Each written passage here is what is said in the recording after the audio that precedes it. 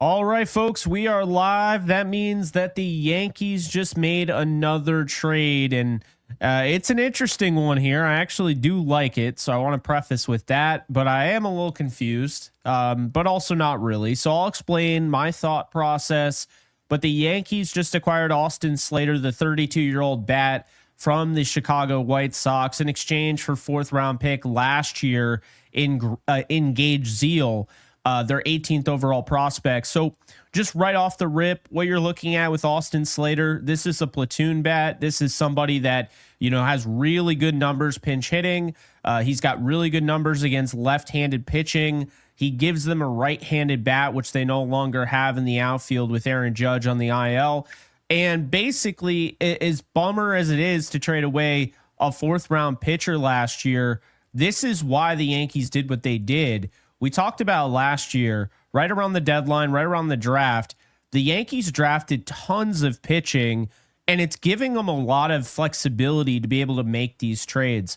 Slater is a rental, just like Ahmed Rosario.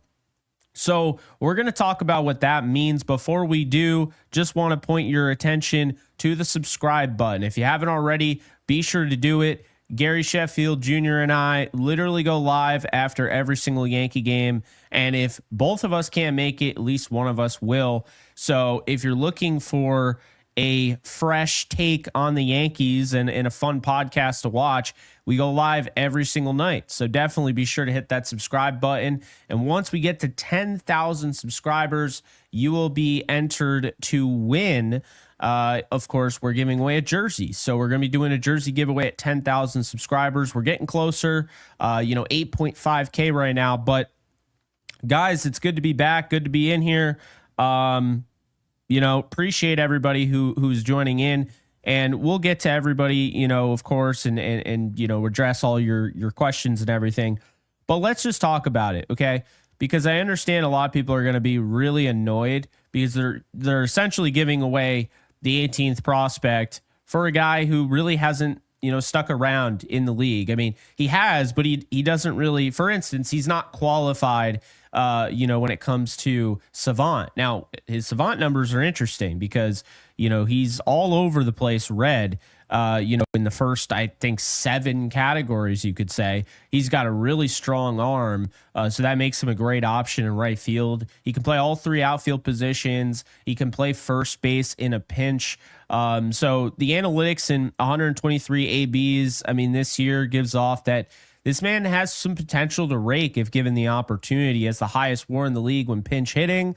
So that's something to keep in mind. And, again, you're giving up Gage Zeal, but you have a lot of farm arms right now. So it's not like anything that's really bad. This is what we call dealing part of your surplus to get a rental that can fit a role. And I think Slater, add in that right-handed bat that they were looking for. He's somebody right now. He is hitting 859, an OPS of 859 versus lefties. So really, really good bat, just like Ahmed Rosario. These guys can have roles. They can be big in their own roles. But Jack Curry did mention that the Yankees are still after pitching. So, yes, while it's a little annoying to see them get another bat before they go after a pitcher, that's just how the market is right now. There hasn't been a lot of dominoes to fall yet. So I would assume that the pitching starts to heat up a bit.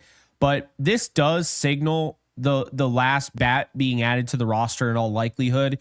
And I have the roster right in front of me here, the 13 hitters. You got the 9 guys, in the lineup: Austin Wells, Paul Goldschmidt, Jazz Chisholm Jr., Anthony Volpe, Ryan McMahon, Jason Dominguez, Trent Grisham, Cody Bellinger, and Giancarlo Stanton. So there's 4 guys on the bench because you can only have 13 until September call-ups where you can add another hitter.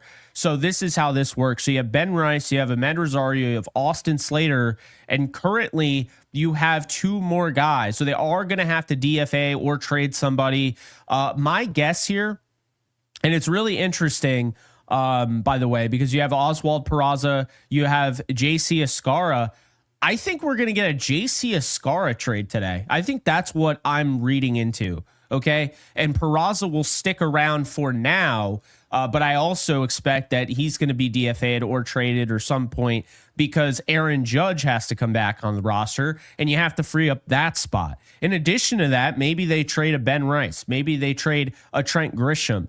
I don't want to go on a limb and say, yeah, Austin Slater being acquired, even though he's only had 120 at-bats this year, is totally the end of Trent Grisham or a Jason Dominguez in the outfield, because I think that's a little ridiculous. This is a bench bat. Make no mistake about it. But, you know, what I will say is this does mean that Spencer Jones is likely a September call-up or isn't called up at all in 2025. And to be honest with you, that's kind of a bummer. I don't necessarily agree with it. I mean, I understand the whole wanting to have another right-handed bat. When you become too lefty dominant, most of the league is righties. You become too lefty dominant, and that could be a problem. So there is that. But I think I like the move for what it is. It shows that the Yankees are prioritizing situational based hitting.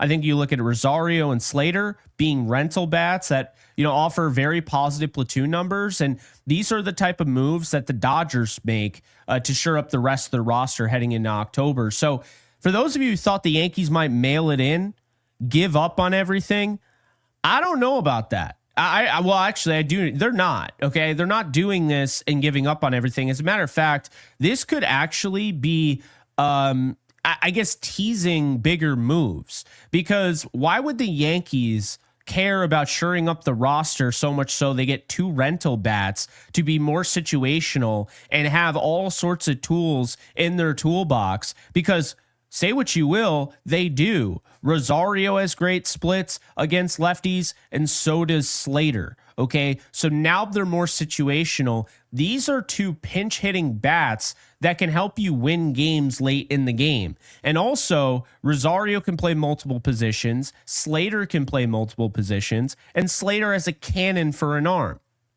So right then and there, you're starting to see, oh, okay. And then you also have Ben Rice, right? And that's the thing. So I think it could speak to how the Yankees view themselves right now. And I think it's teasing that they're going to go after it. I think we're going to see some pretty decently big trades for pitching.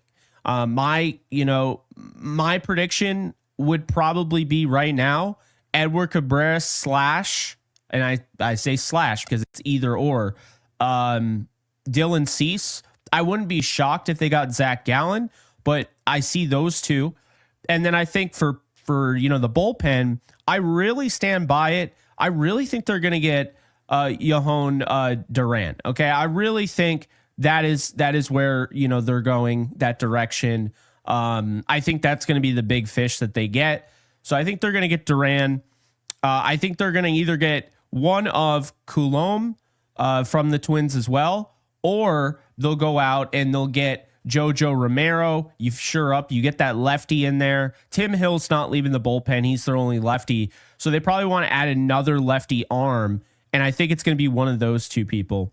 And then I think that they look, somewhere else as well, when it comes to, pitching. Like, I think that they could go out. Maybe they reunite with a Dennis Santana or somebody like that. So I wouldn't be surprised if they did that. But my feeling is that they're going to add 2 relievers, and then they're going to add another starter. And that's just how I feel. I mean, obviously they could go in a different direction, but I actually feel pretty confident that they're not even close to done. So that will be interesting for sure. As far as this goes, though, I would say this is a good move for Slater. Would I have preferred Harrison Bader? Potentially. Would I have preferred Willie Castro? Potentially.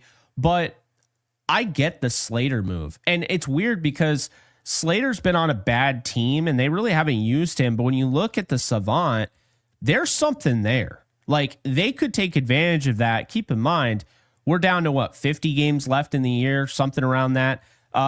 Slater isn't going to play every game, but now you look at a guy who, maybe he could, reap the benefits of this opportunity. And, I bring it up here. I mean, this is Slater, and I like these numbers.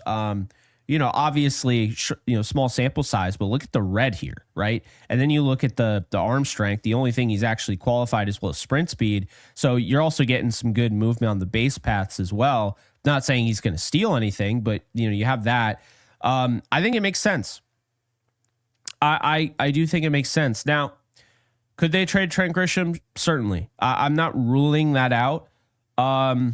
But I'm not going to go on a limb and say that, again, Trent Grisham is going to be traded away because of Austin Slater. I'm not saying that. So, again, like the pickup here, I think it made sense. And I like that they're focusing more on just being more situational, right?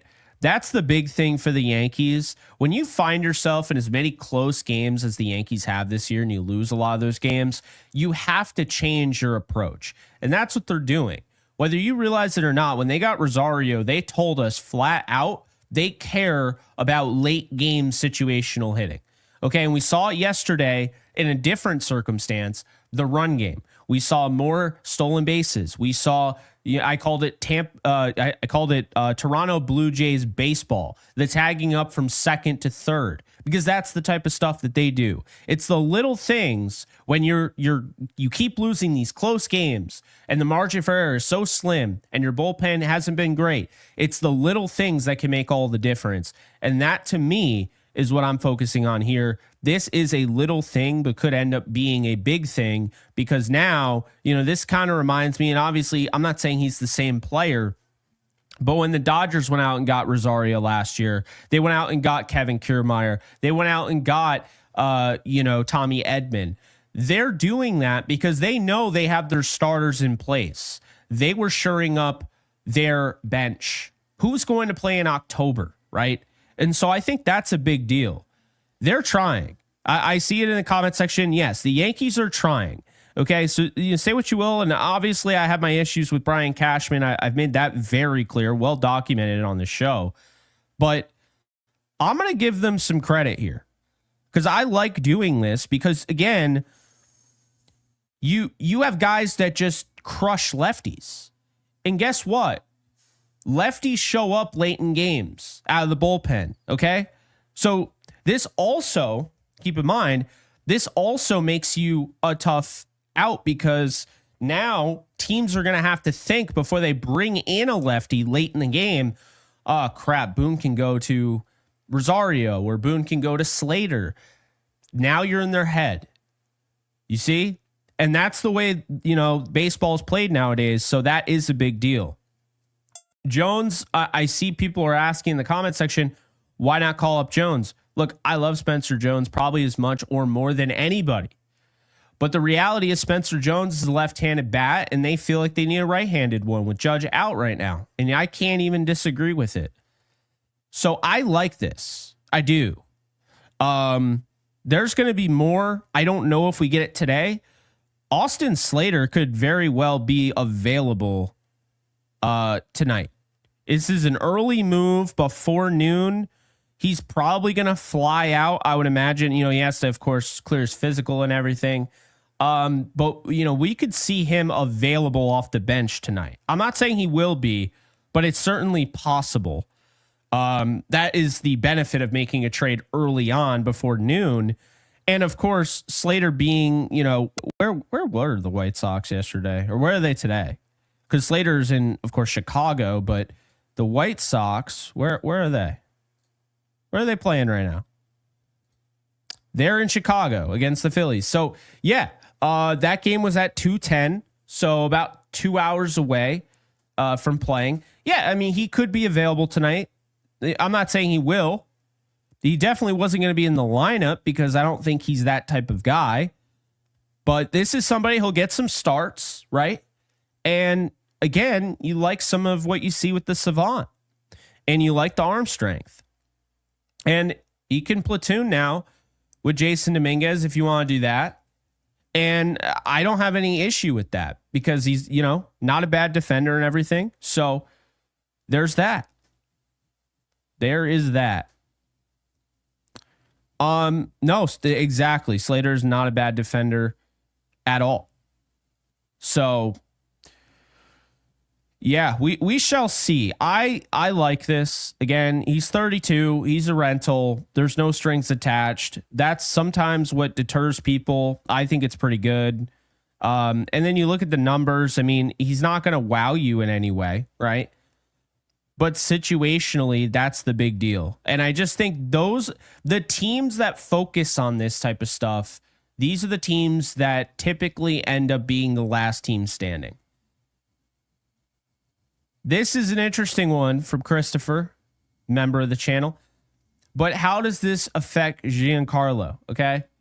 So Giancarlo, I don't think this affects him at all, because I kind of read into this like they're half-ass into giving Stanton an outfield opportunity. I don't think they actually want to do that, but we'll see. I mean, maybe they do. But yeah, I think, I don't know. I think it's funny though.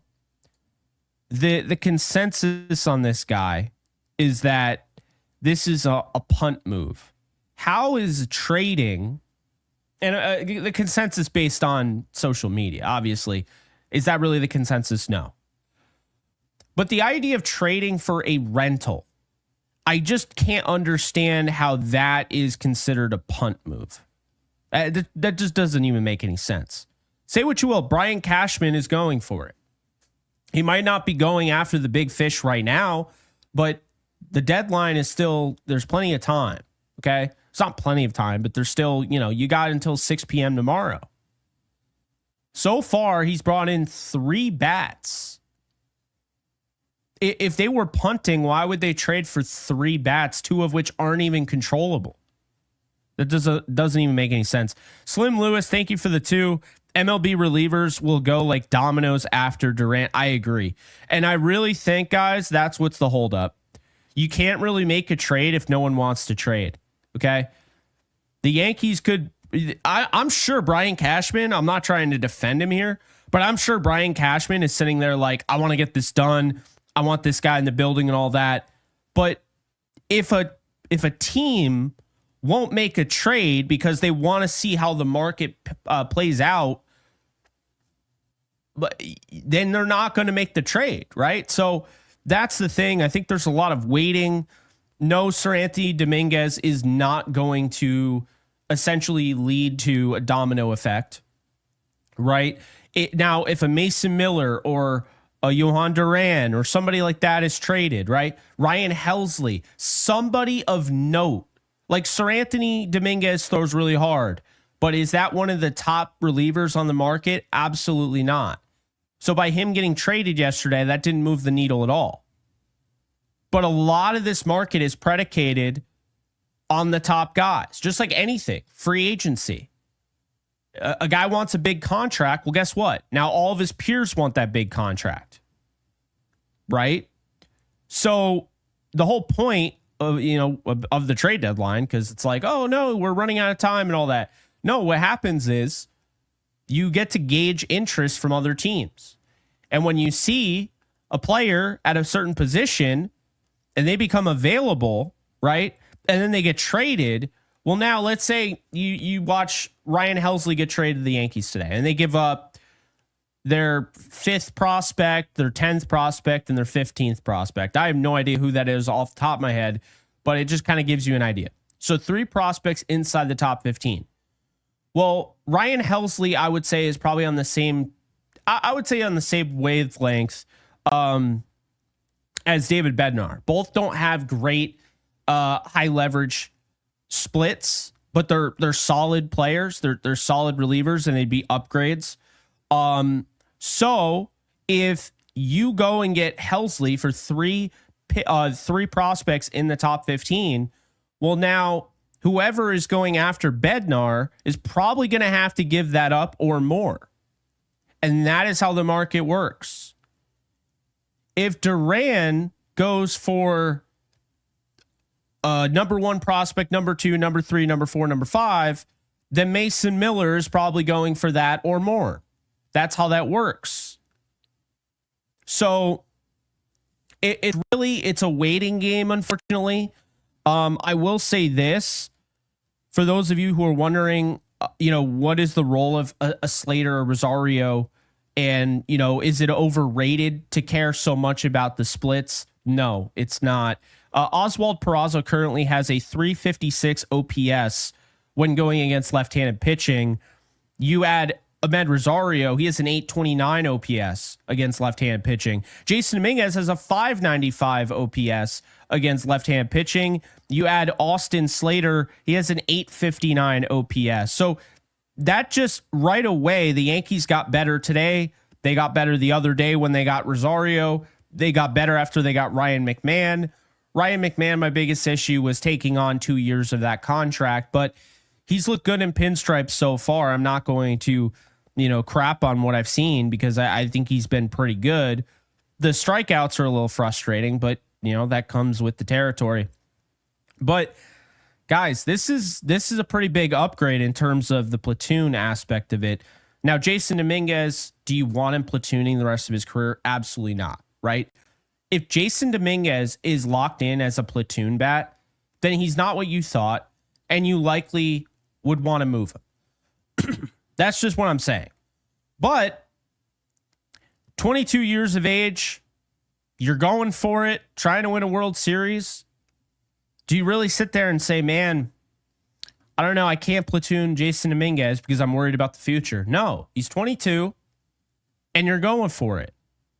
If Slater's a better option to platoon right now, then that's not a bad thing. It's just not. So that's the thing there. And then again, guys, like, we're going to have to see what they do because they have 14 hitters right now on the roster. They have to make a corresponding move.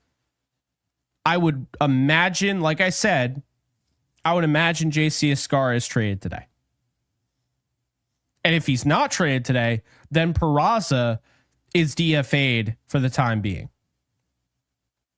You don't want to show your hand. See, if you sent JC Escarra down, it uses one of his options, and it just doesn't look great for people who are trying to trade with you. Peraza would get DFA'd if it came down to it. Because of splits. No one's saying that Austin Slater is a better player than Jason Dominguez. But his 859 OPS against left-hand pitching would have you believe that he's a better hitter against left-hand pitching than Jason Dominguez and his 595 OPS. That's what we're trying to say. No one in their right mind would ever say that, yeah, Jason Dominguez isn't as good as Austin Slater. That's ridiculous. He's 10 years younger and he's definitely better. That's true. You could absolutely move Peraza to AAA. Now, of course, Peraza can also decline and test free agency, and that's his prerogative. But I feel like this is a solid move. I do. Again, I understand why people aren't going to like it. That's fine. I would have preferred other hitters, but like I said, this makes sense situationally. You can't look at this in terms of, is this guy an upgrade? Face value, is he an upgrade? No. He's an upgrade based on the fact that he's just a much better situational hitter against lefties than Jason Dominguez, Oswald Peraza. He's an upgrade. You're correct. So Peraza has no options left, so he would have to clear waivers if DFA'd, and then he could revert to AAA like Carlos Carrasco did. Or he could be like Jeff Hartlieb and opt to not go to AAA and test free agency, which that's also a possibility.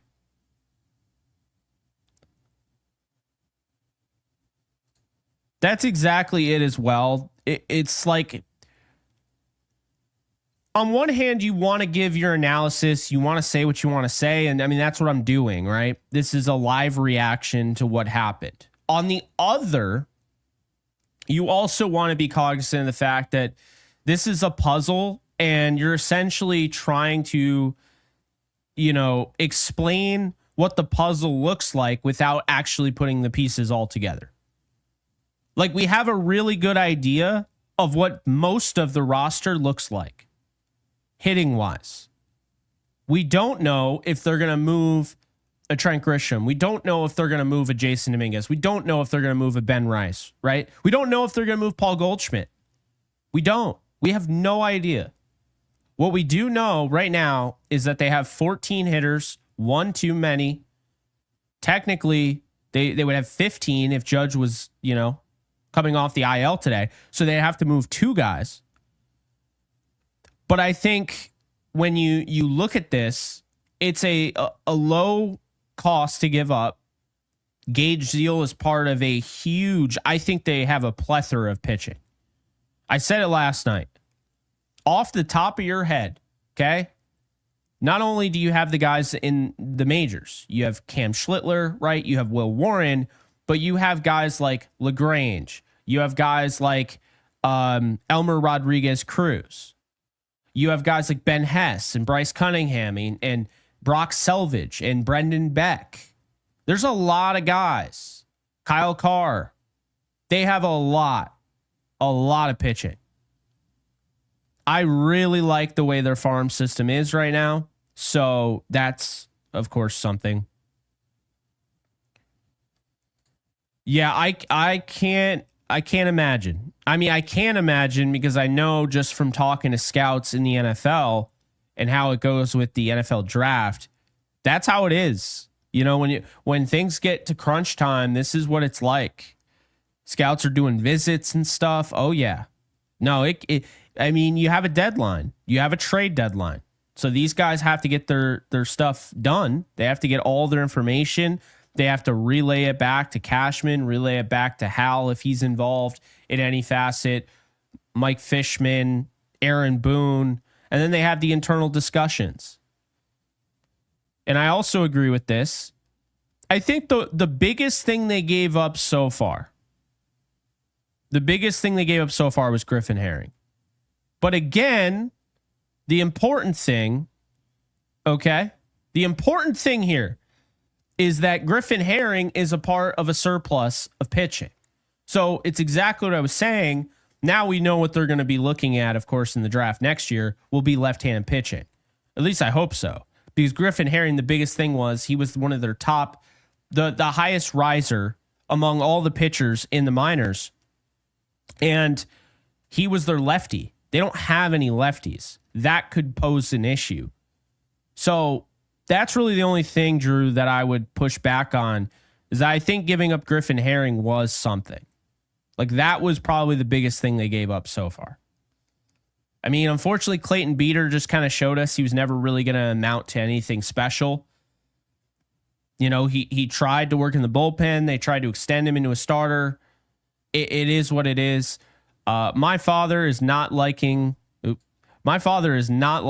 this trade. Woohoo with all the pitchers. We should be able to acquire a ton of 32-year-old outfielders with on-base percentage under 300.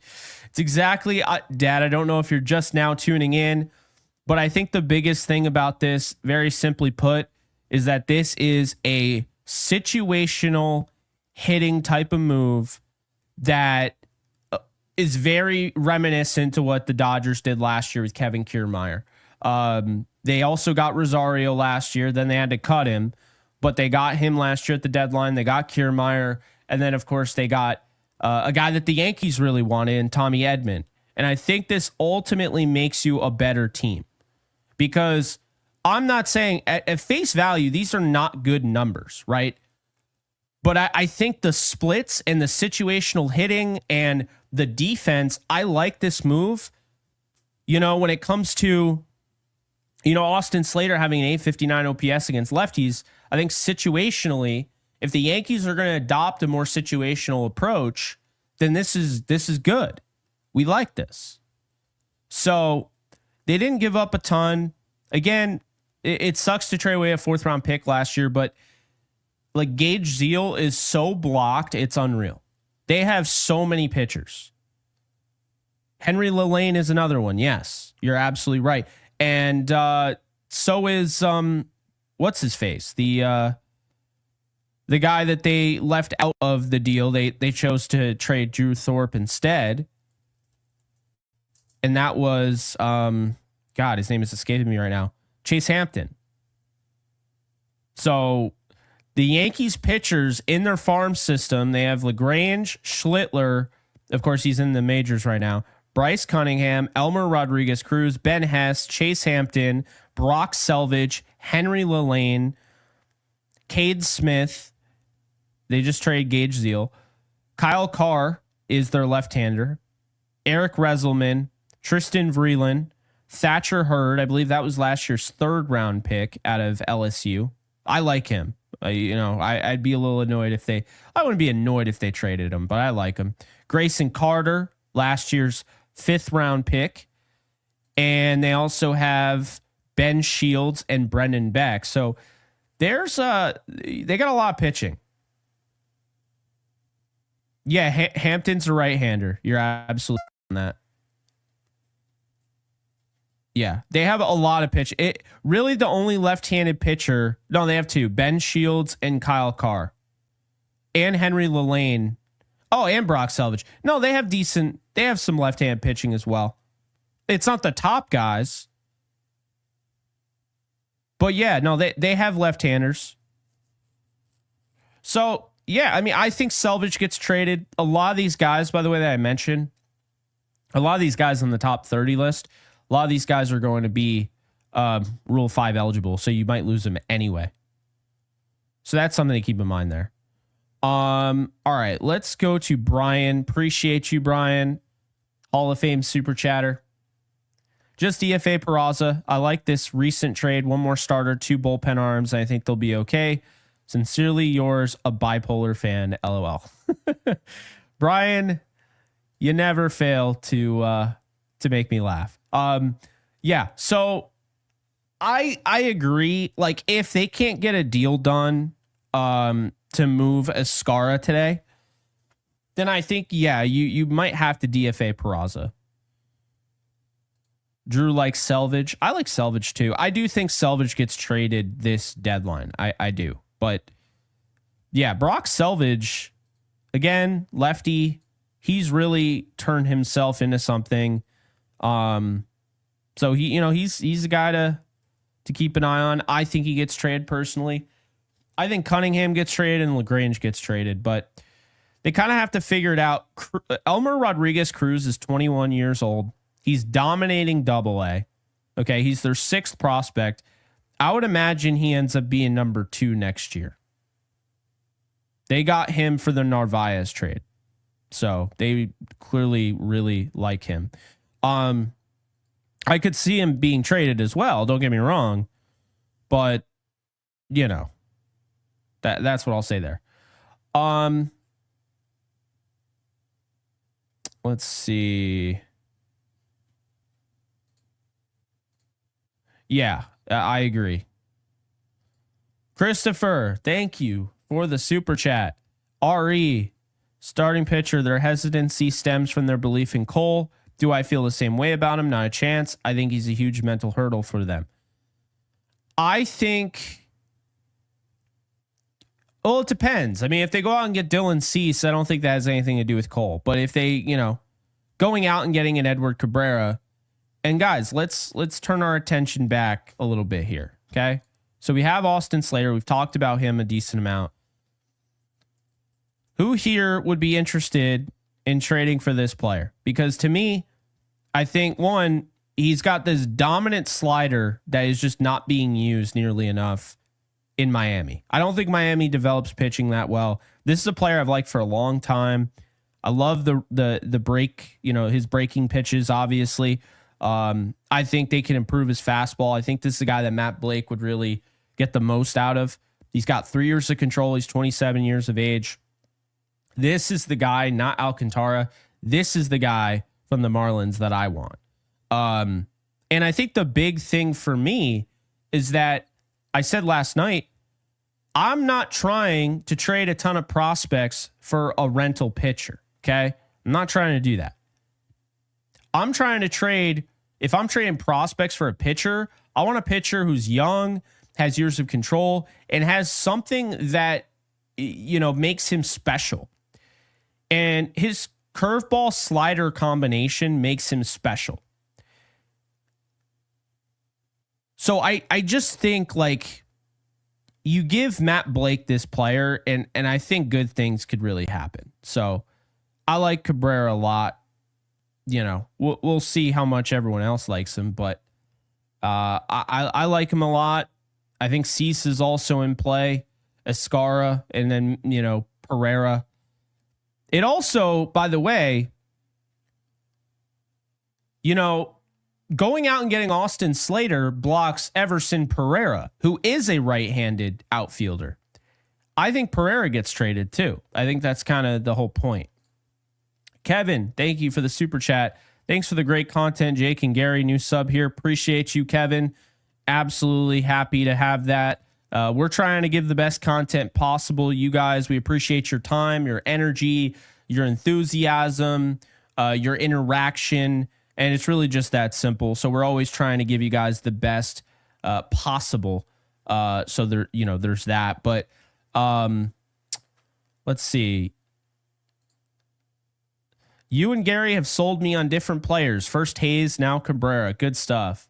So basically, we're leading you astray because they didn't get Hayes, and now they're probably not going to get Cabrera. But no, appreciate it, Brendan. Nonetheless, I'd love to get Cabrera. We'll see what ends up happening. They have had interest in him. They've been talking to the Marlins, so I think that'd be a really good move. And I feel this is a guy that I've wanted for 2 years now. I said it last night. I'll say it again. Guys like Edward Cabrera should not be available. Okay. The reason they're available is not because of anything they're doing wrong. It's what the organizations are doing wrong. It's that simple. Guys like him should not be available. But they are because the Marlins are not good. I say it all the time, and I know there's some Marlins fans who watch our show, and it's nothing against you guys. If anything, I'm defending you. You guys deserve better. But the Marlins are just a marketing company. Every single year, it's like you ever play fantasy baseball, fantasy basketball, fantasy football. It's that one dude who's obsessed with trading. That's all the Marlins are doing. They're just participating, and then they're trading every year. They're trading away this guy and this guy. Kyle Stowers is probably going to be a Dodger, a Yankee, a Met, somebody like that. They'll give him a deal and then they'll trade him away just like they did with Stanton. The Marlins are a marketing scheme. That's all they are. They market their players and they trade them away. They're not actually building anything there. They're not. Regardless of what you want to say. Oh, they like Agustin Ramirez now. Just wait until they randomly get rid of him at the deadline next year or the year after. They do it all the time. So, unfortunately, while Marlins fans deserve better, the reality is that's the reality. That's what they do. That's how they run their organization. It's silly. I cannot even believe grown men run organizations like that, but they do. So you have to take advantage of that. The best teams take advantage of the stupid teams. A really good example of this, by the way, is if you look, the top teams in leagues such as the NFL, the NBA, they're always trading with the dumb organizations because there's always cheap, controllable talent. There's always talent that's not even being utilized properly that bad teams acquire via the draft, via a trade, whatever. They'll either DFA them and you get them through free agency, or they'll just trade them away like they're nothing. So you have to take advantage of that. And this is exactly what I'm saying. Izzy, I totally agree. I mean, you feel for Pirates fans because, like, what the hell are they doing? What's their gambit? I don't know. I have no idea. But again, it doesn't matter. Who cares what they're doing? If they're doing something wrong that could benefit you, take advantage of it. really good example of this, my LA Rams. A lot of the players, you'd be surprised. They spend the least amount of money on defense. They go out and get first round picks that are busts after 2 years, and they go and turn them around. They go out and they sign guys. They take guys off of practice squads. They claim guys. And these guys are going from bad teams. And if you use, in this circumstance, like with Austin Slater right now, if you just use the whole, well, the White Sox didn't even think he was good enough to play, so he must not be good. Well, did you ever think maybe bad teams that don't play players, maybe it's not the players that are bad, maybe it's actually the teams that are bad, and the reason why they're bad is because they're decision making and playing the wrong players? Because this happens all the time. It does. So, again, kind of long-winded thing there, but Edward Cabrera would be a great fit. And looking at the high leverage and the low leverage and all that yesterday, if they get Bednar, I'll probably change my tone, but I'm honestly kind of out on David Bednar because I do not like his high leverage stats at all. I don't like his splits, high leverage at all. I didn't like Helsley's either, but they would be upgrades. I just wouldn't give up top dollar for them. You know? I would not give up top dollar for them. I think we see another trade today. They're probably not going to be a part of the bullpen. That's just the reality of it. I don't see that, but I do think we get another trade today for the Yankees. I think they finally get a pitcher. Who might that be? Oh, and by the way, they also have to add Austin Slater to the 40-man roster, so there has to be a move there. But also JC Escarra. Let's get back to that. So Escarra had an interesting quote from Aaron Boone. I believe that if he was in the right situation, I really think he could be an everyday catcher, both defensively and offensively. Simply put. That's a really interesting timing. Out of all the times this year he could have said that, that is wild timing today. I think they trade him. I like Escarra, but they trade catchers like crazy. And they have Rafael Flores. If they're able to go throughout the deadline without giving up Rafael Flores, like he could end up being their catcher of the future. He could. I mean, Rodriguez too. But apparently people don't see Rodriguez as a prospect. They just see him as just a guy. I'd like to see him get a shot as well, but it is what it is. Yeah, I think, that's really my take on that. But love the comments. I'm reading all of them as I go, but no, it's really cool though. I love how interested everyone is. We'll go live again once we get some more information, but I do think that is going to do it for now. Hope you guys enjoyed. Yeah. So Austin Slater is a Yankee. Gage Zeal, their 4th round pick last year, is headed to the White Sox. Of course, he probably won't see the White Sox for 4 years from now. He's still in low A, but we'll see how things go down. I like the move. I like the direction, and I would not sleep on this team making a big move. I understand it's Brian Cashman. I get that. But again, this is a different approach than what we're used to seeing. They normally don't go out and get 3 bats, 2 of which are rental, situational bench guys. Okay. It tells me that they might be up to something big. So I've been wrong before. I'll be wrong again. Hopefully I'm not wrong this time. I do want to see them go out and actually try and improve this bullpen.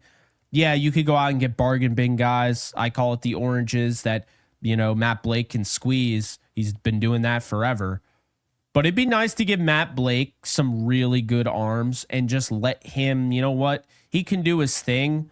But when you already have good pitching, makes it a little bit easier. So like I said, I think it's going to be Duran and a combination of Duran and Coulomb, who also is from the Twins, or I think they get Jojo Romero. Drew Thorpe seems to believe that Ryan Helsley will be the move. I mean, I could see it. I don't know if I necessarily want it, but I didn't like his high leverage splits at all. So there's that. And then, I see Halverson, Vodnik, Bird in there as well. There's some opportunities for sure. My dad is not loving the move so far. See you in an hour when we sign a 34-year-old DH with a 645 OPS. Hey, I get it, but I think this is just a part of more. So again, we're going to see what they do with Escarra, what they do with their outfield. This is not the last move they'll make. They're going to be making plenty of moves moving forward. I would imagine they probably at least make 2 more trades, maybe 3. But I do think they're getting Duran. We'll see.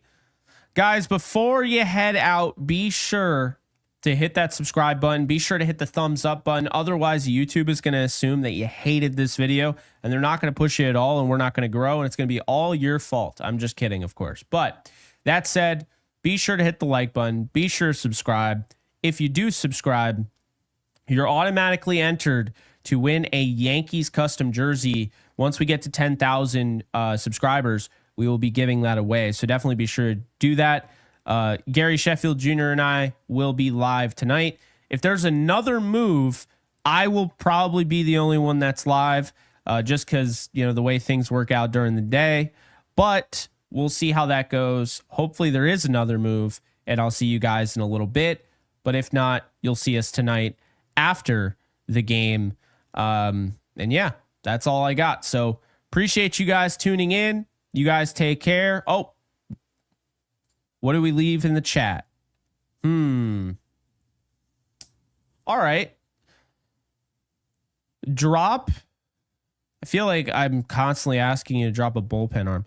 Okay. Make your prediction. Call your shot. Give a trade package, and I want to see prospects. I want to see a player if that is the case. Give me a full trade prediction on what you think the Yankees do next. So drop that in the comments section below, and I'll see you guys later tonight or earlier. Depends on what the Yankees do. Later, folks.